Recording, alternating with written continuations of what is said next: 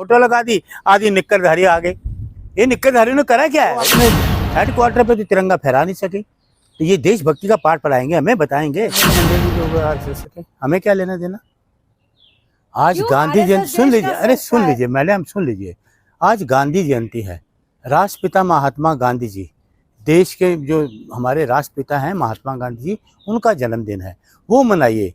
और दूसरी तरफ लाल बहादुर शास्त्री जी का, ये दो महान जो पुरुष, महापुरुष, हम तो महापुरुष करेंगे जिन्होंने देश के लिए बहुत कुछ किया।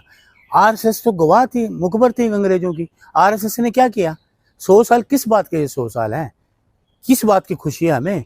ये देशद्रोही काम करते थे, अंग्रेजों के साथ मिलकर काम करते थे, ये माफ़ी मांगते थे, हमारे लोगों को, कई लोगों को फांसी पर चढ़वा दिया। तो जिस आरएसएस ने हमारे तिरंगे का अपमान किया, हमारे संविधान का अपमान किया, तो उससे हमें क्या लेने देना? हमें तो राष्ट्रपिता महात्मा गांधी जी को याद करिए, और यही लोग हैं जिन्होंने राष्ट्रपिता महात्मा गांधी जी की हत्या की थी। और गांधी जी ने, ये राम भक्त कहाँ बने? राम भक्त तो गांधी जी भी थे। उनको गोली खाने के बाद भी उन्होंने बोला हे राम हे राम हे राम, ये गांधी जी ने बोला। और हत्यारे कौन थे? नाथूराम गोडसे, देश का सबसे बड़ा आतंकवादी, पहला आतंकवादी नाथूराम गोडसे। तो इनको किस बात का याद करे? वो आरएस जो अपने हेडक्वार्टर पे तो तिरंगा फहरा नहीं सके, तो ये देशभक्ति का पाठ पढ़ाएंगे, हमें बताएंगे? ये देशभक्त कहाँ से हो गए? अरे सिक्का निकालना ना, गांधी जी पे निकालते, सिक्का निकालिए।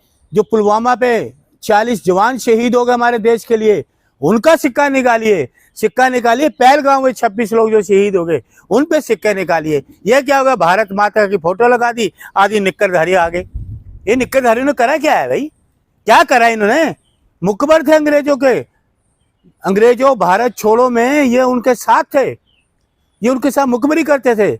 आज़ादी किसने ली? आज़ादी में कौन लोग थे? कोई इनका शहीद हुआ, कोई जेल में गया, किसी ने लाठी खाई, किसी ने गोली खाई, ये मुखबरी करते थे। लाठी गोली किसने खाई? पंडित जवाहरलाल नेहरू जी ने, राष्ट्रपिता महात्मा गांधी जी ने जेलों में रहे, आपके लाला लाजपत राय, सरोजिनी नायडू, मौलाना अब्दुल कलाम साहब, बाबा भीम साहब अम्बेडकर साहब, इन पुरुषों के नाम लीजिए, इनके नाम के सिक्के चलाइए जिनकी वैल्यू भी हो। ये निक्करधारियों के सिक्के चलाने से कोई वैल्यू बढ़ेगी? लोगों को पता है ये क्या काम करते थे, क्या किया इन्होंने देश के लिए? कुछ नहीं किया इन्होंने देश के लिए, तो हम क्यों याद करें? किस लिए? एक बात बताइए सर, मोदी जी खुद तारीफ करते हैं आरएसएस का। और किसकी? मोदी जी घबराए हुए हैं ना, उनकी सत्ता जाने वाली है, मोदी जी की सत्ता जाने वाली है। कभी तो लाल किले से कभी कहते हैं चाटू कार्ता करते हैं, कभी ये कहते हैं मुझे 2014 के बाद आज़ादी मिली, के कई चमचे कहते हैं, ये कहते हैं 2014 के बाद आज़ादी मिली, फिर ये कहते हैं 2014 के बाद आज़ादी मिली। तो ये चीज़ें कहाँ से आ गई? इनका इतिहास कहाँ रहा? 11 साल में क्या इतिहास है इनका? बताओ ना। 14 के बाद इनको आज़ादी मिली, तो क्या इतिहास है इनका? बताइए इनको। लाल किले से बोलते थे ना मोदी जी, इन्होंने बोला।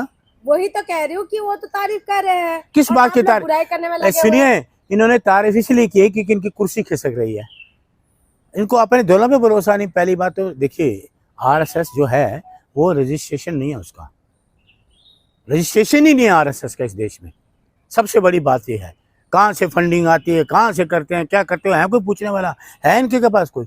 हमारी कांग्रेस है, ऑल इंडिया कांग्रेस कमेटी है, सारी चीज़ें हैं, सारा कुछ हिसाब किताब हमारे पास है, देश के सामने रखते हैं। इनका कहाँ से आती है? आया कभी रखा इन्होंने कि आरएसएस का पैसा कहाँ से आता है? इनका एक काम है, भारतीय जनता पार्टी भ्रष्टाचार जनता पार्टी, भारतीय जनता पार्टी भ्रष्टाचार जनता पार्टी, आरएसएस ये क्या काम करती है? जो भ्रष्टाचार बीजेपी करती है, इनका मतलब आरएसएस का मतलब रास्ता सारा साफ है। आप भ्रष्टाचार करो, रास्ता सारा साफ हम करते जाएंगे। आरएसएस का ये काम है।